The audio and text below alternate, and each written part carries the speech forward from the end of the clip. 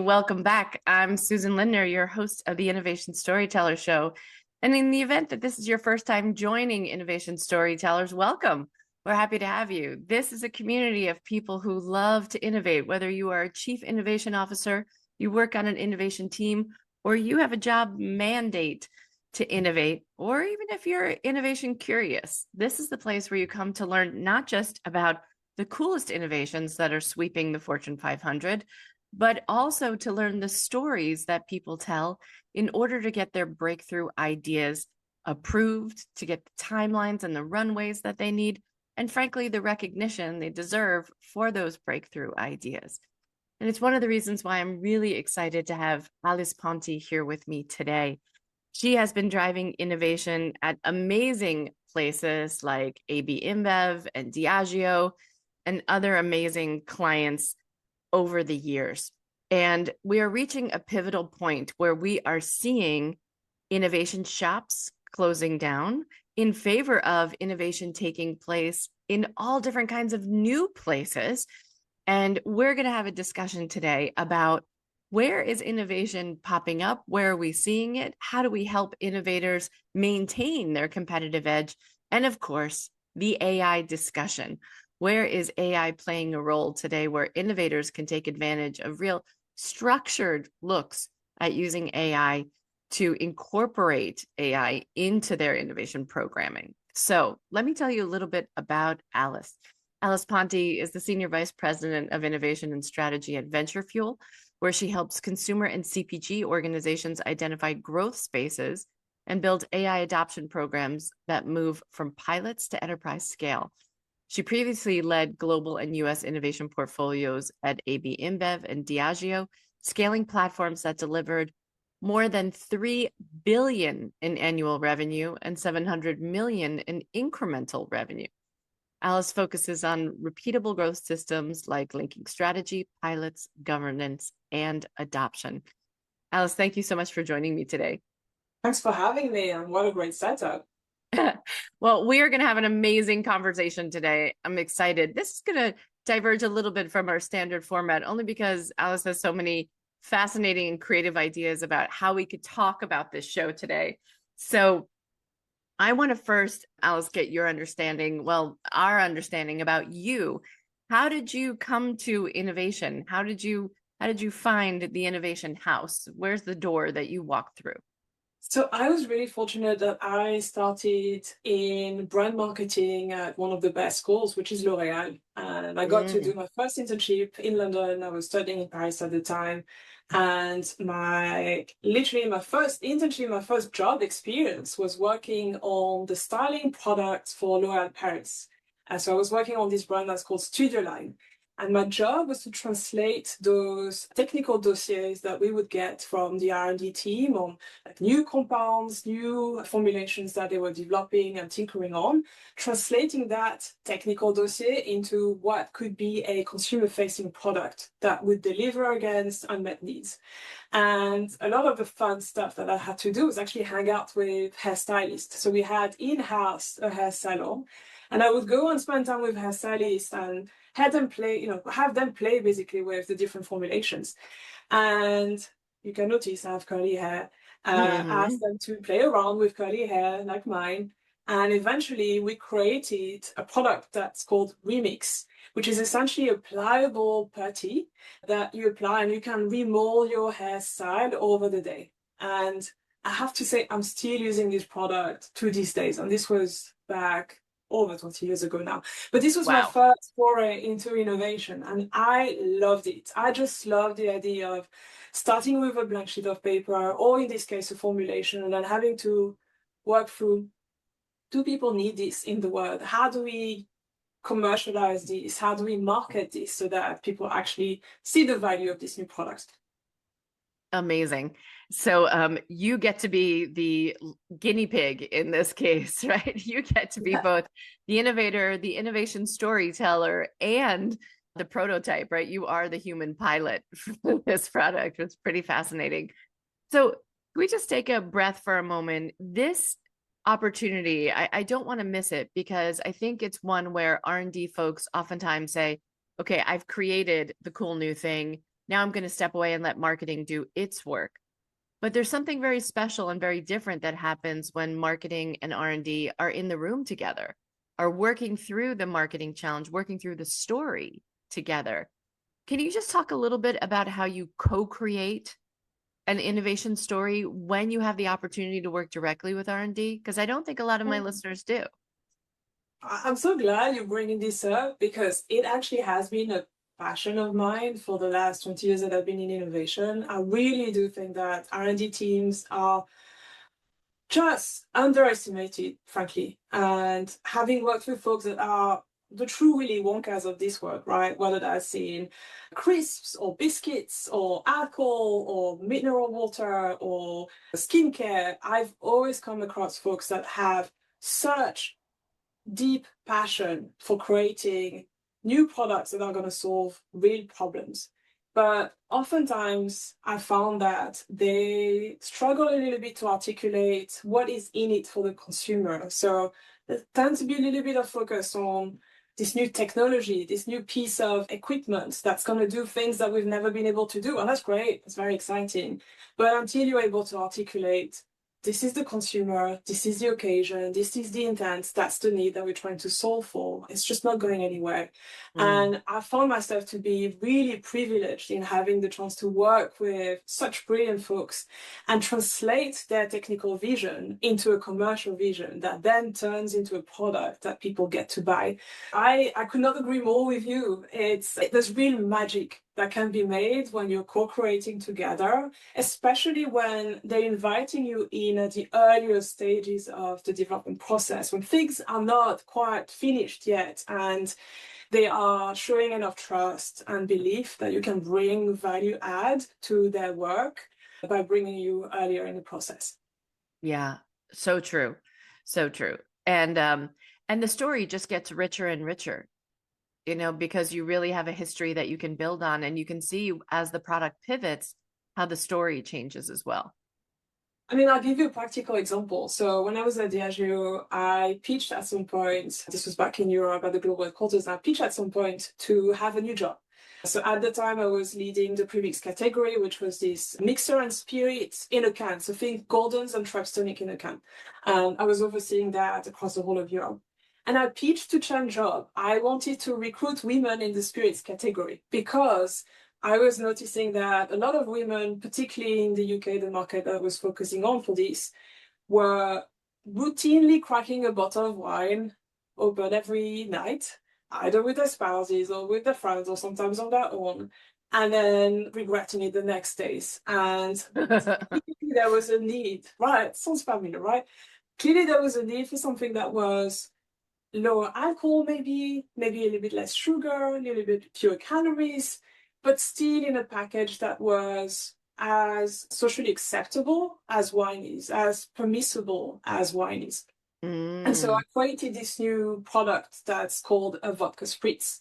But the reason why I'm telling this story is because the R&D guru that I got to work with actually landed her name to the brand that I created.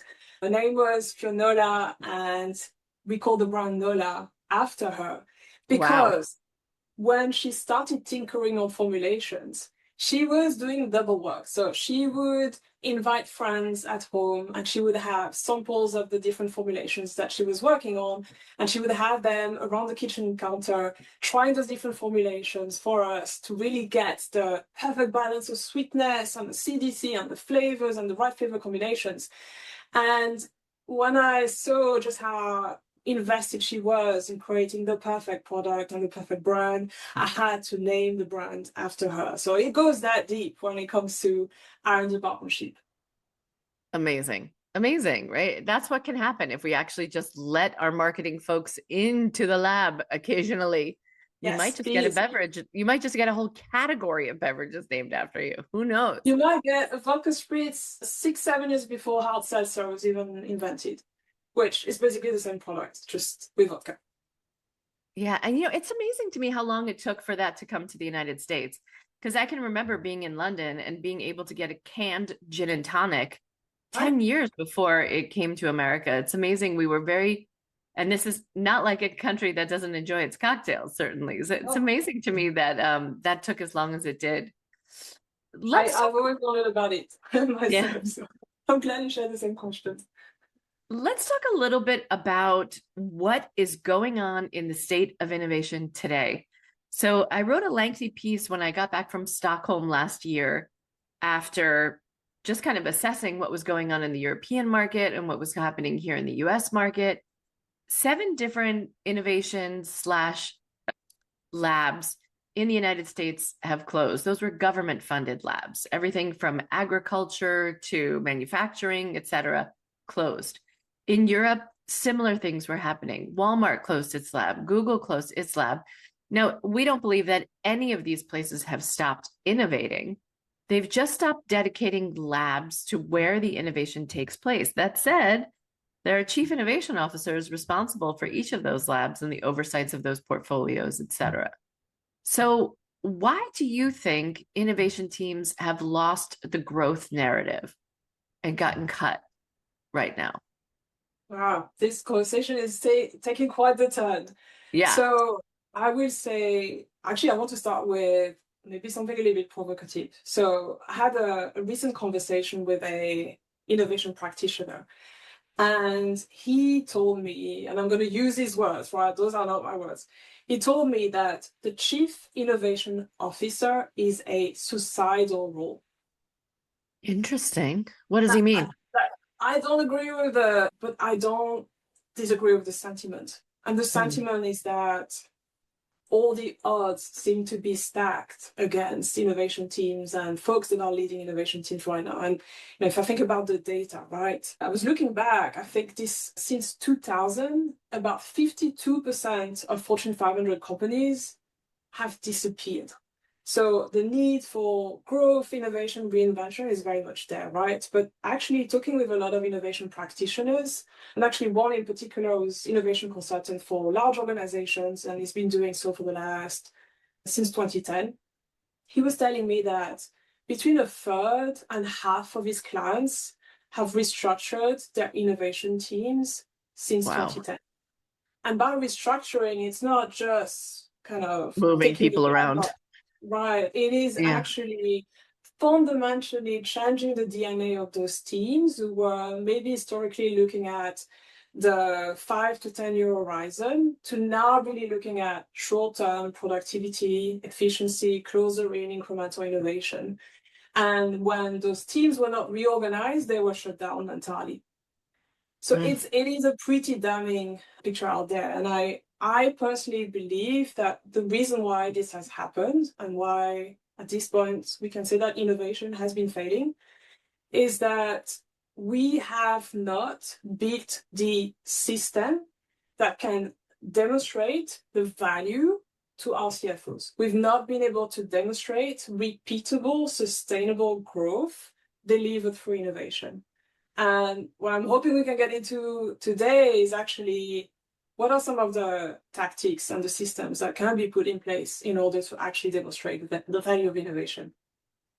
So, I had a fantastic guest on the show a couple of weeks ago, a guy named Greg Larkin, who runs an amazing organization called Punks and Pinstripes. And he makes the argument that you need punks and pinstripes in order to be successful in this innovation business.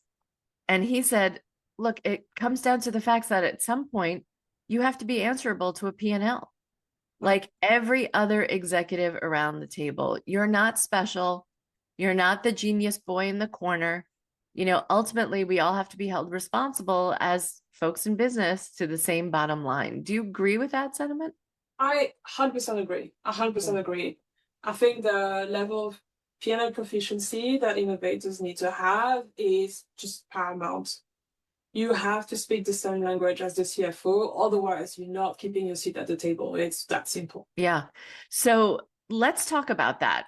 How do we structure innovation in a way that perhaps we haven't? And just as a little background for folks who don't necessarily have this direct innovation function or responsibility, every company does it a little bit differently. The most common approach that I've heard among Fortune 500 chief innovation officers who have been on this show is to say, we've created a portfolio. We look at long-term, short-term, we look at incremental, and we look at moonshot. And we dedicate a certain percentage, just like a mutual fund manager would, to their portfolio of how much funding is going to be allocated to incremental innovation, new product innovation, and breakthrough. And that can include things like acquisitions. It can include things like new partnerships or some kind of crossbreeding, let's say, with another company, where we're doing something that we've never done before. It can also be extension into other markets and finding new territories where a product's never been explored. And as a result, the product changes by virtue of being in a new place. With that setup, and thinking about maybe that's how a lot of innovation leaders have thought about their portfolios in the past, what's a different way of creating a repeatable growth playbook? I think I shared two experiences. One when I was at InBev leading global beer innovation, and then maybe one when I joined the US organization. So let's start with global. I was at InBev for close to 10 years, and 6 of them were leading global lager innovation. So think this is the largest beer manufacturer in the world. I'm getting to design the innovation pipeline and strategy for the company. When I joined, there was a classic problem that I narrated of, which was that we had some somewhat successful innovations locally, regionally, but nothing was really scaling. And every time a team was launching a new innovation, they were starting from scratch. They were reinventing the wheel. And so a perfect example of that was an innovation that was called Brahma Duplo Malte, which came from Brazil. It was a delicious, creamier, more full-bodied lager that was still very drinkable, but a little bit elevated. Consumers loved it. Performance was great. And for some reason, none of the markets outside of Brazil were able to replicate that success. And so I took this as an opportunity to really think about it as a systems problem, not a innovation that I need to launch everywhere around the world, but what is the system I need to put in place in order to replicate the success that we saw in Brazil? And then potentially leverage that playbook and apply it to other types of innovation platforms. And so there were 4 things that we did. One, we actually built a physical playbook that codified some of the product formulations, so like what are the exact malt ratios so that you get a really creamy beer. Procurement guardrails on what are the specific malts that you need to include in your formulation so that you get the right flavor profile. Marketing activation, like how do you best activate this around the right occasions? And then other piece around, really making sure that you're deploying at the right time of the year. So a playbook. But what we realized was that the playbook wasn't enough in and of itself. We needed the governance model, we needed a community of practice, and we needed really hands-on support to the market. So this is what we set up as well. So the governance model, I had a global Scrum meeting with my global CMO, Pedro, up every Friday afternoon whilst we were running this program.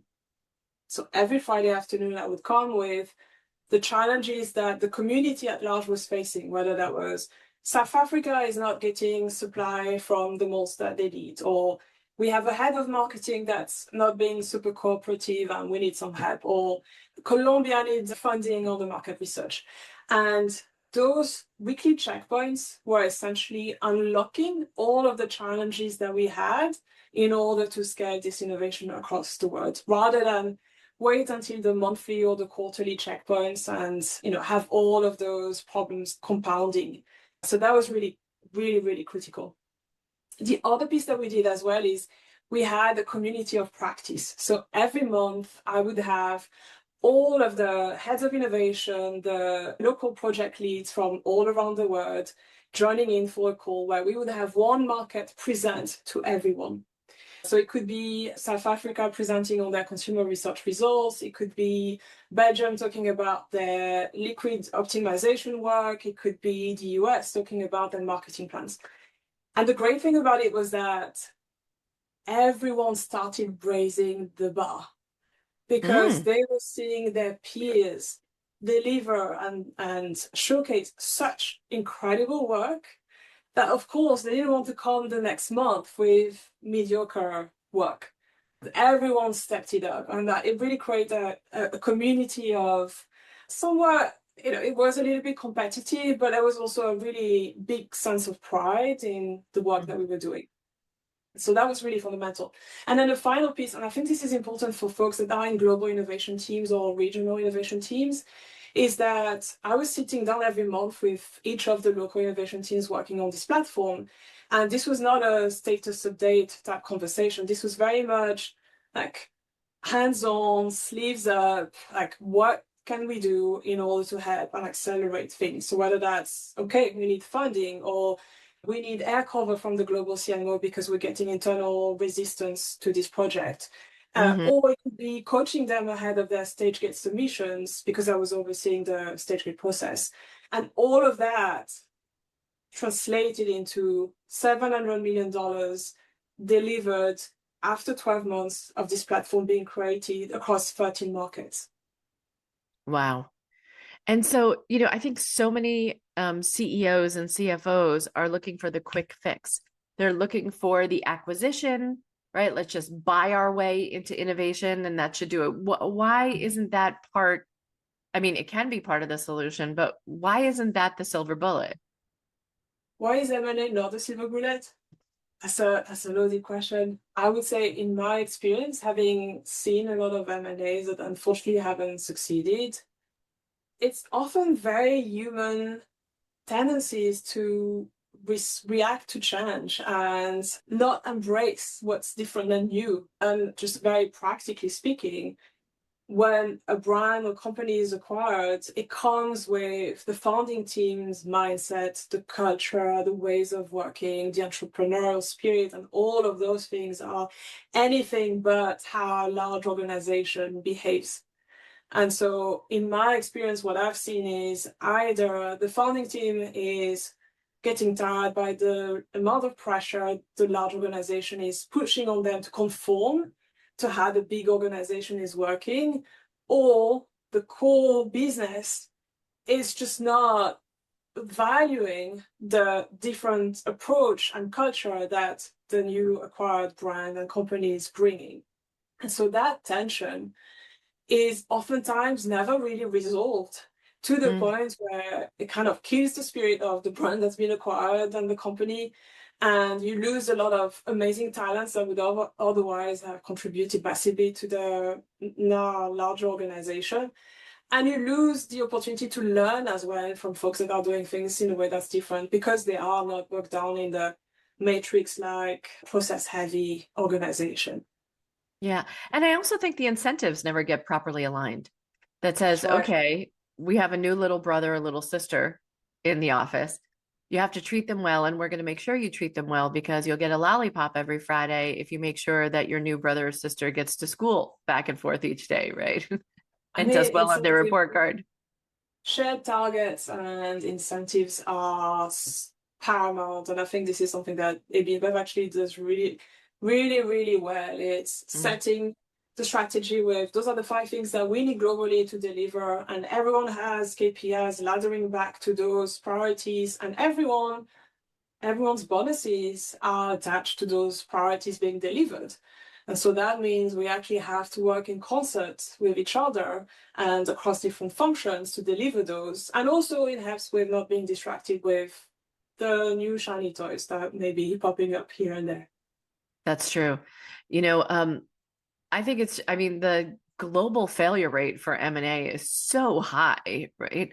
I can still remember when I was working with a startup that got acquired by IBM, and their team received from IBM a 3-year plan. It was an Excel spreadsheet with 1,000 lines on it, that said all the things. They called it the blue washing, like brainwashing. So how you became a part of Big Blue. And you had to click off all of these things on a 1,000-line spreadsheet over the course of 3 years that showed that you were fully integrated, right? Those were the terms of the merger deal.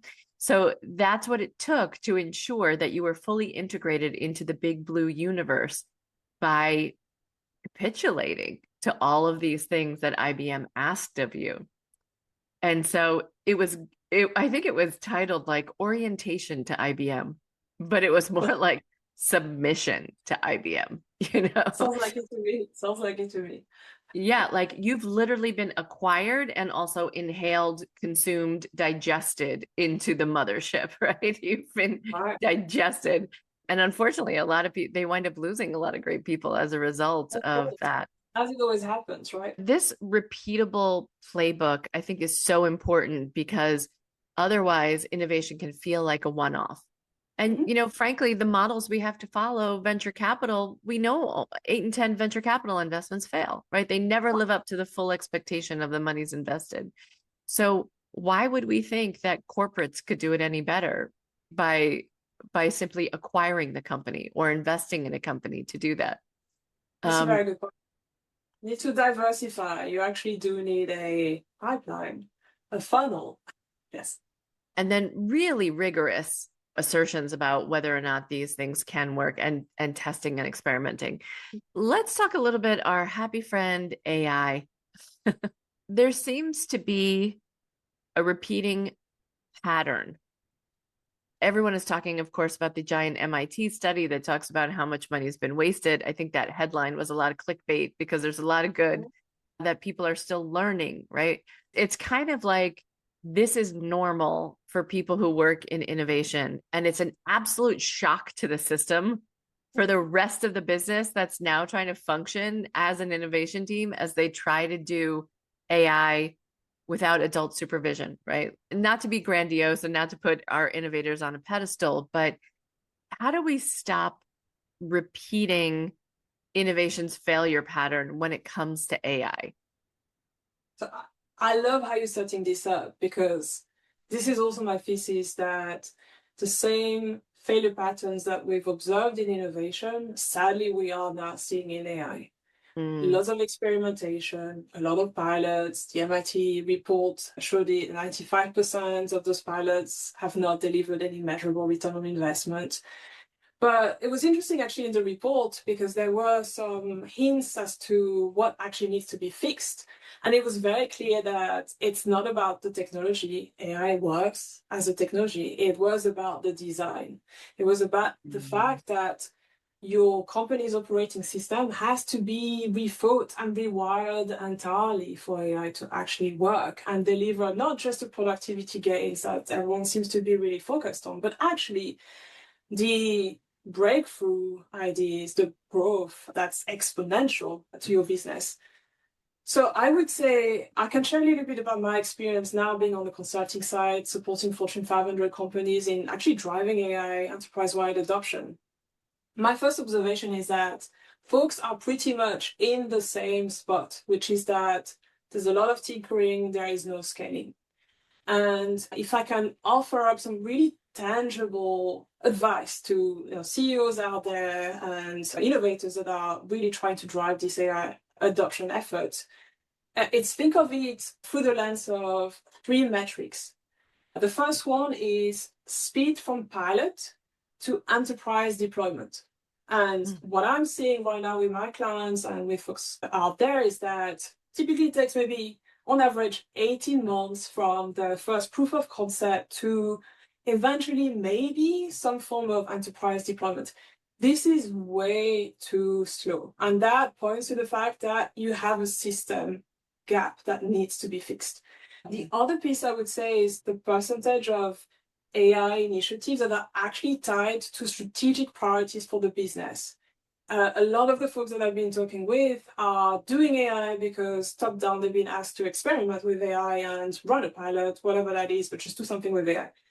And unfortunately, when AI is a side hustle like that, it's just not going to stick. So it has to be related to really a priority strategic goal that the company has and that is called to the business. Otherwise, it's not going to have the level of focus and resourcing and momentum that it needs to have in order to stick.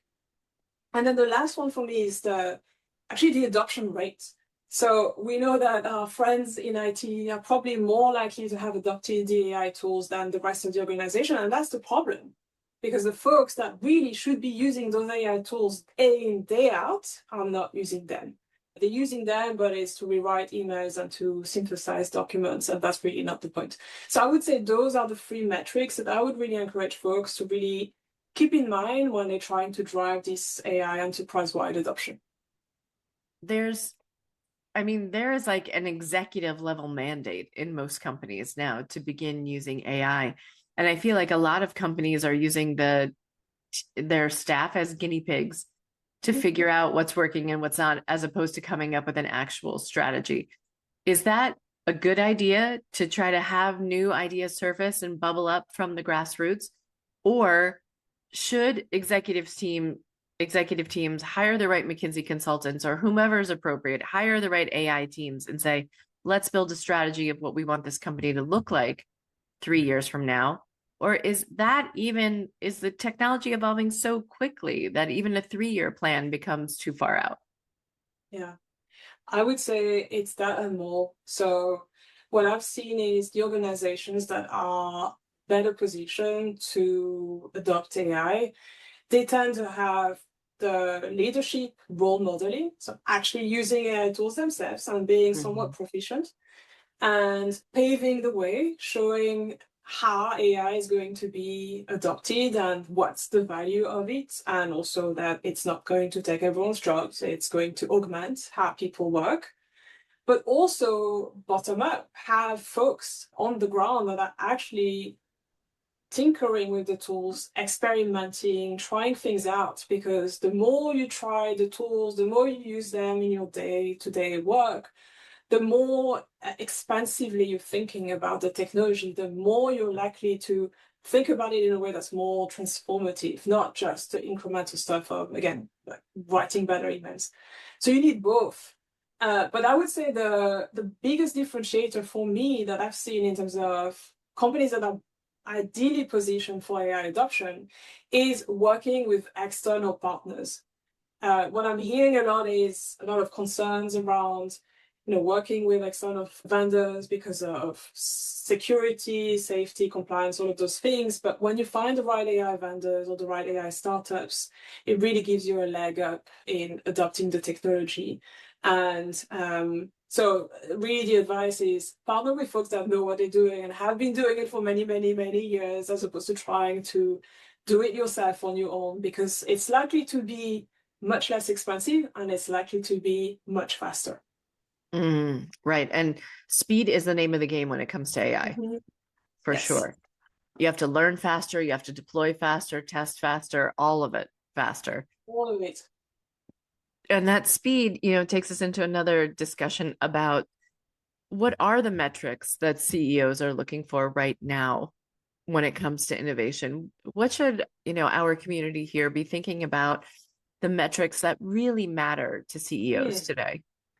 that's a great question. And I think I've seen a lot of innovation teams really use AI in essentially coming up with more ideas faster. And I genuinely think that's it's not the point, right? Like we all know that coming up with ideas, that's the easy part. It's actually the execution of it in market. It's the scaling that's really hard. So I would really encourage folks to, again, adopt the CFO language and think about like margin enhancement. Is this going to create a new business unit that's going to generate incremental revenue that didn't exist before? And how much capex is this going to absorb? And so I would really always go back to the foundations of a good P&L. Yeah, and that really requires taking some time and thinking about, okay, can I come back to the real financial markers that I think are going to have a massive impact on the company? Yeah, Um, yeah, I would say, one of the big ones, for instance, and this is more for the really the senior leadership at the enterprise level, is enterprise valuation. Clearly, over the years, it's been demonstrated evidence of it that when you're communicating that you're innovative, you're investing ahead of the curve into innovative products, you're going after new niches, new markets, you're thinking expansively, share prices tend to go up. Like when you're demonstrating that you have an innovative approach to your category, your industry, it mm, really helps to improve your enterprise valuation. So it's also back to the storytelling element, right? That you need to do the work, but you also need to tell the story of the work that you're doing. yeah. And So this last piece about storytelling is, what do you think the innovator's story needs to be right now? If you're walking into a new role, if you're sitting down with your CEO, and what's the story that you think innovators need to be telling right now? Yeah, it's a really great question. And obviously, we started from a place where we talked about innovation teams are being eliminated, budgets are being cut down. Maybe even your job title does not no longer have innovation in it. Maybe it has AI and some other things. Maybe Mm-hmm. the job description is going to evolve a lot over the next few years.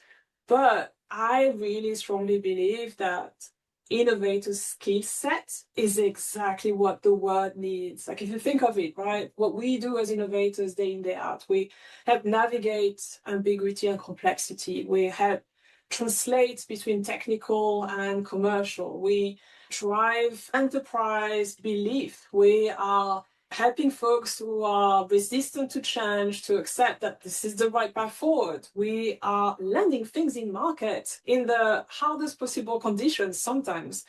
And all of those skills are exactly what the world needs right now. You know, with this VUCA AI world that we live in, being adaptable and being able to work effectively with other teams in ever-changing environments is exactly what leadership needs. And innovators have that in spades. So my message to innovators would be, this is your time, take it. And there's a lot of work out there.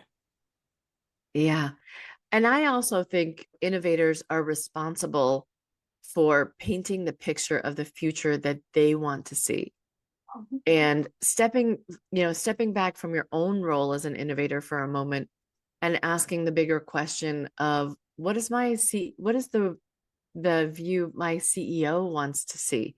And maybe Mhm. even some of the harder things that he or she may not want to see, right? Our Mhm. job as innovation leaders, as storytellers, is to paint a picture of the future that our audiences want to live in. Mhm.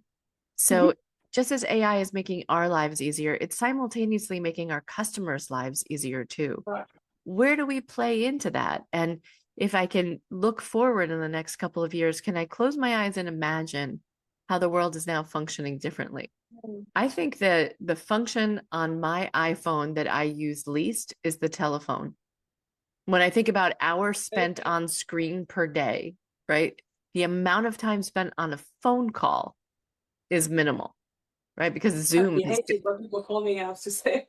right? And now we're like, yuck, ick. I get the ick every time someone wants to call. Even just painting a picture of who could have known, right? Yeah. 20 years ago that we would be so turned off by a phone call when we used to think it was the most fantastic way to communicate.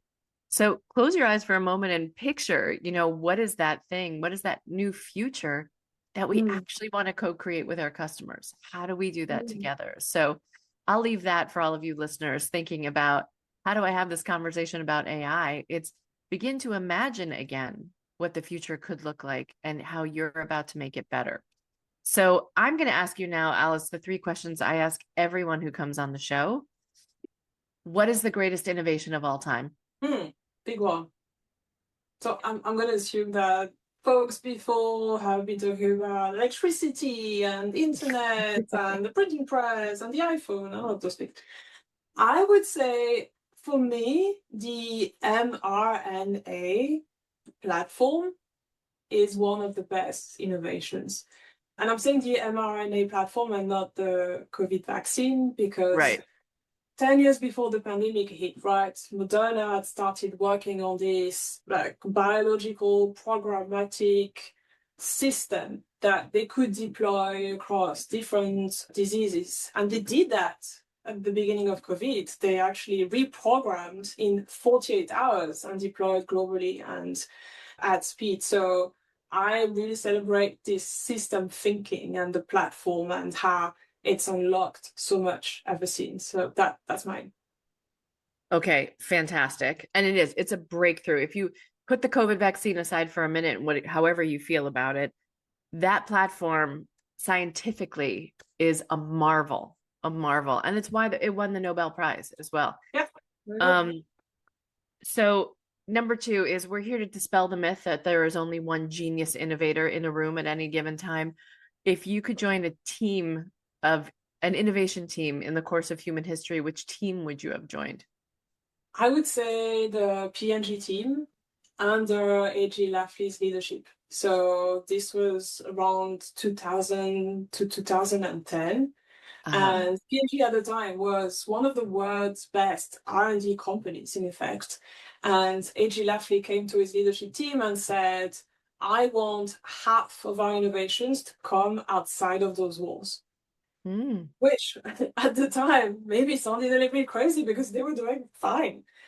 But after that provocation and that mandate, they launched Febreze, they launched Swiffer, they launched Mr. Clean's Magic Eraser, all of those Wow. billion-dollar innovations. And I was actually fortunate to get to work with one of the VP of Innovation who was working at P&G during that time and actually created all three of those. He was advising at ABI, and I would say that would have been a prime time for innovators and suddenly a team I would have loved to work with. You know, it's so interesting. And there's such great stories of how those products came to be too. Yeah. But, and this is a topic we talk about a lot on the show, open innovation is looking beyond your four walls for inspiration. Mhm. Don't feel like you have to have all the answers yourself all the time either. Okay, and Yes. my last question is, what is the story that the world needs now? I think I'm going to go back to what we just discussed, which is Mm, that I fundamentally believe that whilst innovators are under pressure right now because of all of the things, right? The skill set that they have and they can bring to the world is exactly what the world needs right now in order to adapt to this new VUCA AI world. And so I would really encourage folks to, feel proud and strong in all of the skills that they've honed it over the last 5, 10, 20 years and really deploy that as we're figuring out collectively how do we live in this new world and how do we thrive in this new world. fantastic. Alice Ponti, thank you for spending this time with me today. If people want to get in touch, what's the best place for them to do that? LinkedIn, always there. Wonderful. Well, thank you for joining me on Innovation Storytellers today. I look forward to more of these conversations in the future. Likewise. Thanks for having me, Susan.